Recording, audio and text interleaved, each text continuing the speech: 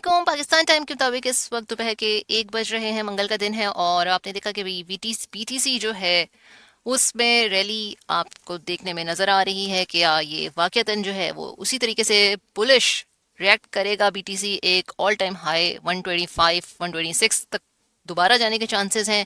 इस बारे में डिटेल में बात करते हैं।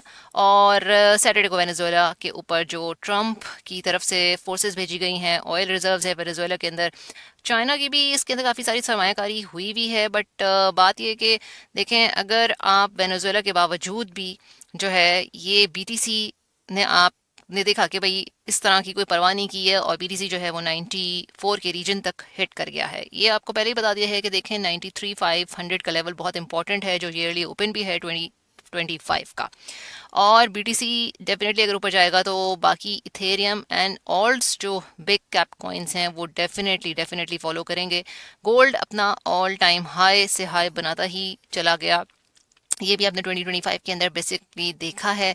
ठीक है, यहाँ पे पहले भी बताया था कि भाई कोई ऐसी रैली जो आप सोच रहे हैं कि भाई जो है वो ऑल्ट्स के अंदर ऐसी नहीं आएगी, लेकिन जो सपोर्ट लेवल्स हैं जहाँ पे बीटीसी के, वहाँ पे जब भी आप लेंगे अच्छे cap coins, high cap coins को, अच्छे कॉइन्स, नॉट पेपे शेपे या मीम कॉइन्स, जिसने इन्वेस्ट करना है थोड़ा हाई रिस्क है, ठीक है, हाई रिवॉर्ड भी उसके अंदर होता है, लेकिन मैंने कभी रेकमेंड किया नहीं है क्योंकि इसके अंदर रिस्क ज़्यादा है और आप इतना टेंशन और स्ट्रेस क्यों ले जबकि आपके पास दूसरे अच्छे प्रोजेक्ट्स जो हैं वो मौजूद हैं। हाँ, थोड़ी बहुत इन्वेस्टमेंट कर सकना करते हैं तो ठीक है। तो यहाँ पे आपने देखा भाई वेनेजुएला के ऊपर जो है वो ट्रंप की तरफ से हुआ है अटैक, और उसने कहा कि भाई ये पूरी उसकी अपनी इकोनॉमी के लिए और पूरी दुनिया के इकोनॉमी के लिए बहुत बेहतर बेहतर रहेगा। अब क्या होने वाला है डिसीजन, ये तो डेफिनेटली आएगा जब पता चलेगा, लेकिन मार्केट्स जो है वो उस तरीके से नहीं है कि भाई वेनेजुएला के अटैक के बाद लोग सोच रहे थे कि भाई बिटकॉइन तो इतना ज़्यादा डंप कर जाएगा कि बस मार्केट्स जो है वो सारी की सारी क्रैश होना शुरू होंगे, लेकिन ऐसा कुछ नहीं हुआ। बीटीसी जो है वो उसने अपना आपको बता दिया है कि 94 की रीजन को उसने हिट किया है, 94,700 तक का रीजन है, लेकिन जो क्लोजिंग हुई है वो 93,500 के अबव तो हो गई है। ठीक है, और अब मसला ये है कि देखें, अगर भाई एक टाइम पे अगर ब्रेकआउट हो जाता है, कैंडल एक दिन क्लोज भी हो गई तो, लेकिन ये कंफर्मेशन नहीं है कि आप जो है वो ऑल टाइम हाई की रैली देखेंगे। 125 126 तक का जो है वो बहुत कम है चांसेस जो मेरे अकॉर्डिंगली है। ठीक है, आप इस वक्त हिस्टोरिकली जो हैं और जिस तरीके से चार्ट्स वगैरह बताया, आप बेरिश मार्केट के अंदर ही मौजूद हैं। ठीक है, और आपने दिसंबर में इस चीज़ को बिल्कुल ऑब्जर्व भी किया है कि आप बेरिश मार्केट के अंदर हैं। नवंबर से ही आपने ऑब्जर्व कर लिया है इस बात को कि आप बेरिश मार्केट के अंदर एंटर हो चुके हैं।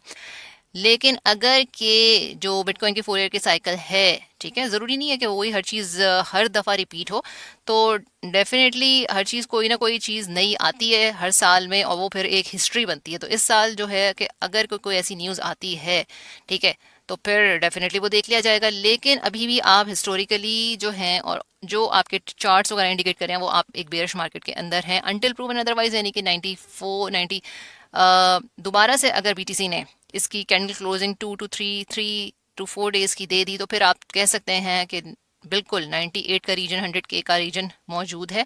फिर वहां से देखेंगे कि भाई अगर बीटीसी एक रैली, जिसके बारे में हर कोई बात कर रहा है कि भाई एक छोटी सी रैली जो है वो आनी है, जो रिलीव रैली की तरह से आप जो कह सकते हैं, ठीक है, तो वो फिर हम चांसेस इसके अंदर प्रोबेबिलिटी यानी कि जो है वो हाई हो जाती है। लेकिन अभी तक जो है आज की हमने क्लोजिंग देखनी है कैंडल की, आज की देखनी है, कल की भी देखनी है कैंडल क्लोजिंग, और फिर इस बात पे हम लोग ये कह सकते हैं कि हाँ भाई बीटीसी जो है वो ऊपर की तरफ जा रहा है। लेकिन आप इसमें बीच में शॉर्ट स्कैल्प्स ले सकते हैं। सो ये मैंने आपको बताना था। इथेरियम डेफिनेटली ऑल ऑल्स जितने भी आपके हाई कैप हैं वो बीटीसी को फॉलो करते हैं, चाहे बीटीसी की आपने देखा है कि भाई डोमिनेंस जो है वो यहाँ पे कम हुई है तभी तो बीटीसी जो है वो ऊपर गया है। उसी के साथ में ऑल्ट्स जो हैं वो भी डेफिनेटली सोल वगैरह ऊपर गया है। अब आज की कैंडल क्लोजिंग बहुत इंपॉर्टेंट है। ठीक है, यहाँ पे आपने देखा है कि भाई मार्केट के अंदर जो फेड है उसने भी काफ़ी इंजेक्ट की है लिक्विडिटी। इसका मतलब ये कहने कि काफ़ी पैसे जो है मार्केट के अंदर लाए गए हैं लिक्विडिटी जो है वो दूर मतलब कि करने के लिए। सो यहाँ पे मैं आपसे कहूँगी छोटी छोटी स्कैल्प्स आप ले सकते हैं तो लें, लेकिन कोई हाई लेवरेज वगैरह इस टाइम पे लॉन्ग के लिए ले लेना एकदम से इस लेवल पे वो रिकमेंडेड बिल्कुल नहीं है। स्पॉट की जो आपकी पहले से बाइंग है वो अच्छी चल रही होगी अगर कि पहले से सपोर्ट लेवल पे बाइंग है। लेकिन अगर के बीटीसी जो है ये इस रेंज में जा रहा है कि 88 से लेकर 4 तक का लेवल इसके अंदर मौजूद है।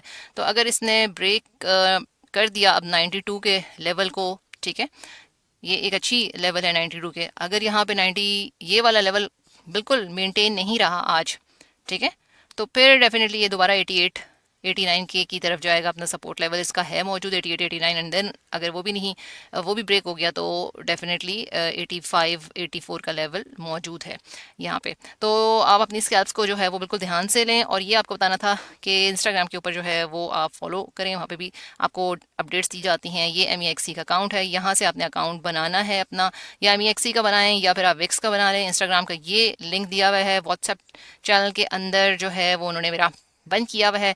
बहरहाल मैं इंस्टाग्राम के ऊपर जो है वो आप लोगों के साथ भी शेयर करूंगी जो कोई ट्रेड वगैरह ऐसी लूंगी। स्पॉट की ट्रेड्स जो हैं वो आप लोग ज़्यादा उठाया करें एज कम्पेयर टू लेवरेज की ट्रेड। और इस टाइम पे long is not recommended from me, क्योंकि आप ऑलरेडी एक रेजिस्टेंस के ऊपर मौजूद हैं।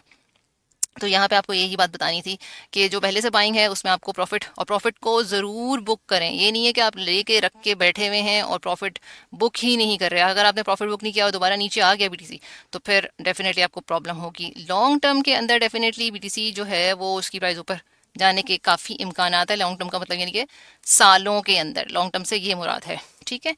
Till then like share subscribe करें, कमेंट करें, कुछ अप्रिशिएट किया करें। टिल देन अल्लाह हाफिज़।